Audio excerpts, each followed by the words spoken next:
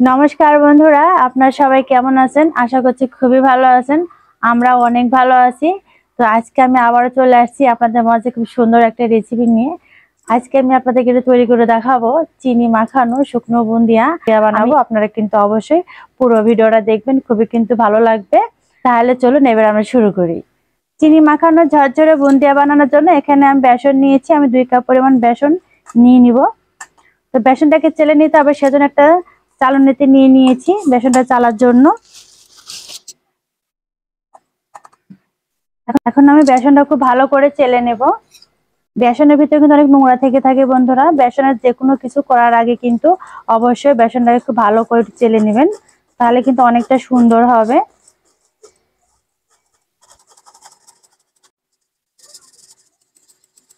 এই দেখুন বন্ধুরা, আপনাদেরকে বেসনটা কেন চেলে নিতে বললাম, বেসনের ভিতরে কিন্তু অনেক নোংরা থেকে থাকে। আমরা যখন বাজার থেকে বেসনগুলো কিনে নিয়ে আসি তখন কিন্তু অবশ্যই এইভাবে চেলে নিতে হবে, তাছাড়া কিন্তু এরকম নোংরা থেকে যাবে। এইভাবে কিন্তু আমরা তৈরি করে নিই কোনো ডো, তাহলে কিন্তু এই সম্পূর্ণ আমাদের পেটে চলে যাবে। বেসনগুলো খুব সুন্দর করে আমি চেলে নিয়েছি। এখন আমি এর মধ্যে দিয়ে দেবো খাবার সোডা, দিয়ে দেবো সামান্য পরিমাণ লবণ।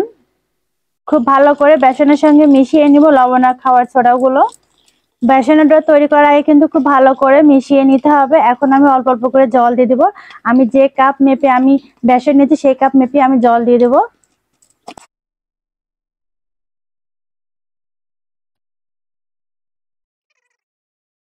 প্রথমে আমি 1 কাপ জল ঢেলে নিয়েছি, এখন আমি পরের কাপটা দিয়ে দিব।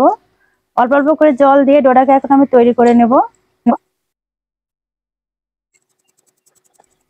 বেসনের ডোটা তৈরি করার আগে কিন্তু অল্প অল্প করে জল দিয়ে কিন্তু ডোটা তৈরি করে নিতে হবে। আর একবারে যদি জল দিয়ে দেন তাহলে কিন্তু একদম দলা পেকে যাবে, তাহলে কিন্তু বেসনের ডোটা কিন্তু একদম ভালো হবে না। 2 কাপ জল দেওয়ার পরে যদি মনে হয় বন্ধু অনেকটা গাঢ় হয়ে গেছে, তাহলে কিন্তু আপনারা আর একটু জল মিক্স করতে পারেন। তো এখানে আমি 1/2 কাপ পরিমাণ জল দিয়েছি, অল্প অল্প করে দিয়ে দেখে নেব। যেহেতু আমি চিনি মাখানো ঝরঝরে বুন্দিয়া বানাবো, সেজন্য কিন্তু ডোটা একটু হালকা একটু পাতলা করে নিতে হবে। খুব একটা গাঢ় করে নিলে কিন্তু পড়বে না চাকুনি দিয়ে। চিনি মাখানো ঝরঝরে বুন্দিয়া বানানোর ডোটা কিন্তু একদম ঠিকঠাক করে আমি তৈরি করে নিয়েছি, এই দেখুন। তো এখন আমি গোলাপি কালার ফুড কালার ব্যবহার করব। এখন ডোটা আলাদা করে তুলে নেব, আলাদা বাটিতে তুলে নেব। আপনারা চাইলে এক কালারও করতে পারেন, আবার চাইলে বিভিন্ন কালার দিয়ে কিন্তু করতে পারেন। দিয়ে দেব গোলাপি কালার ফুড কালার।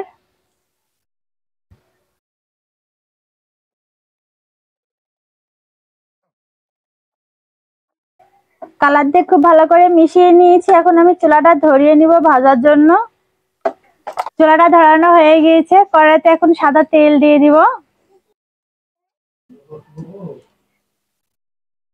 বুন্দিয়া ভাজার জন্য একটু বেশি পরিমাণ তেল দিতে হবে, আপনারা এর থেকে বেশি পরিমাণ তেল দিয়ে নিতে পারেন। তেল গরম হয়ে গিয়েছে, বুন্দিয়াগুলো এখন ভেজে নেব। বুন্দিয়া ভাজার জন্য এখানে আমি ঝাঁঝরা নিয়েছি, যেটাতে আমার সুবিধা হবে সেটা আজকে তৈরি করব। 3 ধরনের আমি ঝাঁঝরা নিয়েছি বন্ধুরা। 3 ধরনের মধ্যে যেটা আমার কাছে ভালো হবে সেটা দিয়ে করবো। তো 3টা দিয়ে প্র্যাকটিস করবো কোনটা ভালো হয়। প্রথমে আমি বড় ছাকনাতে দিয়ে দেখে নেব কেমন হয়।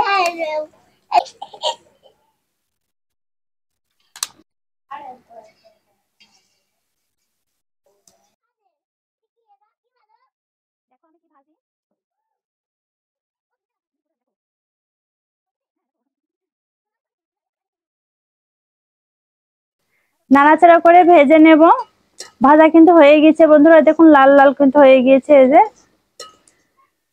বুন্দিয়াগুলো যখন ভাজা হয়ে যাবে তখন কিন্তু বুঝতে পারবেন বুন্দিয়াগুলো ভাজা হয়ে যাচ্ছে। দেখুন বন্ধুরা কতটা সুন্দর হলো। এখন আমি নামিয়ে নেব।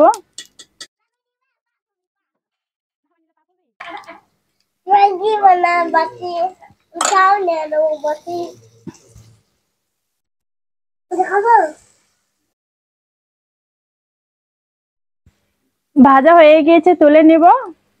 আপনাদেরকে আমি একটা ঝাঁঝরা দিয়ে দেখিয়ে দিয়েছি, আর একটা ঝাঁঝরা দিয়ে দেখিয়ে দেবো কেমন হয়। এগুলো দেখুন কতটা সুন্দর হয়েছে। আমি আর একটা ঝাঁঝরা নিলাম, এই ঝাঁঝরা দিয়ে এখন দেখে নেব কেমন হয়।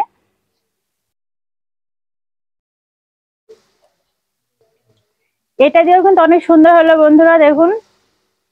তো আমি এরকম করে সবগুলো ভেজে নেব।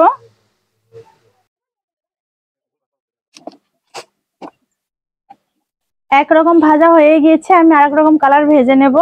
আরেক রকম ভাজার জন্য ঝাঁঝরা নিয়েছি, এখন ঝাঁঝরার উপরে দিয়ে দিব।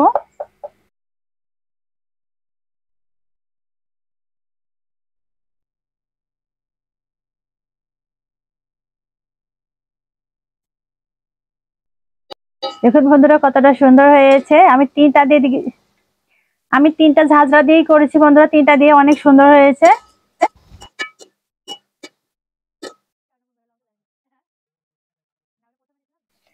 বুন্দিয়াগুলো সম্পূর্ণ আমি ভেজে নিয়েছি, ভাজা কিন্তু শেষ। দুই কালারের বুন্দিয়াগুলো ভেজে নিয়েছি, ভাজা কিন্তু হয়ে গেছে। আর এই দেখুন এখন আমি মিশিয়ে নিব, আর চুলার উপরে চিনি শিরাটা তৈরি করে নেব। কড়াইতে দিয়ে দেব জল,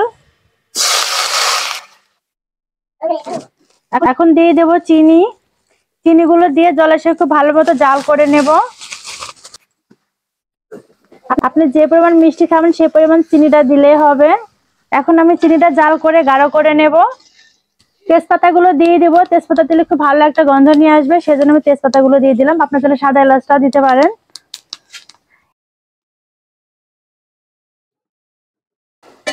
চিনি শিরা জাল করতে করতে অনেকটা কিন্তু গাঢ় করে নিয়েছি বন্ধুরা, এই দেখুন আমি আর একটু গাঢ় করে নেব। চিনিটাকে জাল দিয়ে কিন্তু একদম গাঢ় করে নিয়েছি, একদম হচ্ছে না কথা। চিনি শিরাটা কিন্তু একদম গাঢ় করে নিয়েছি। এখন আমি এর মধ্যে বুন্দিয়াগুলো দিয়ে দেব। বুন্দিয়াগুলো দিয়ে খুব ভালো করে একটু নাড়াচাড়া করে নেব। চুলা উপরে রেখে কিন্তু নাড়াচাড়া করে নিতে হবে।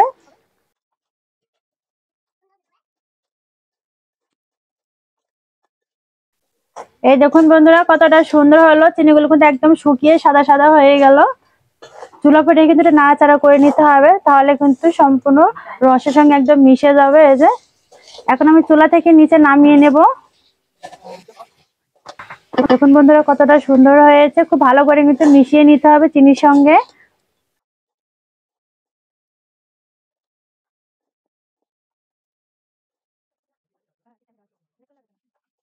চুলার থেকে এখন নিচে নামিয়ে নিব ঠান্ডা হওয়ার জন্য। নিচে নামিয়ে আমি আবার একটু নাড়াচাড়া করে নেব, তাহলে কিন্তু আরো শুকিয়ে যাবে।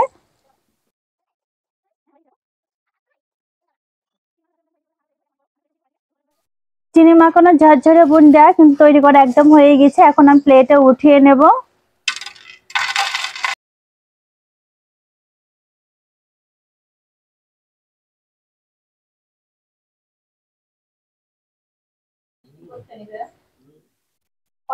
চিনি মাখানো ঝরঝরে বুন্দিয়া কিন্তু একদম তৈরি। আমি একদম কিন্তু ঠিকঠাক ভাবে তৈরি করে নিয়েছি। দেখুন বন্ধুরা কতটা সুন্দর হয়েছে।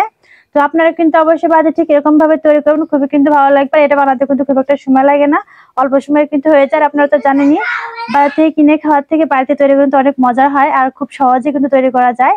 তো আজকে ভিডিও যদি আপনাদের কাছে সত্যি ভালো লেগে থাকে, আমার কিন্তু অবশ্যই কমেন্ট করে জানিয়ে দিবেন।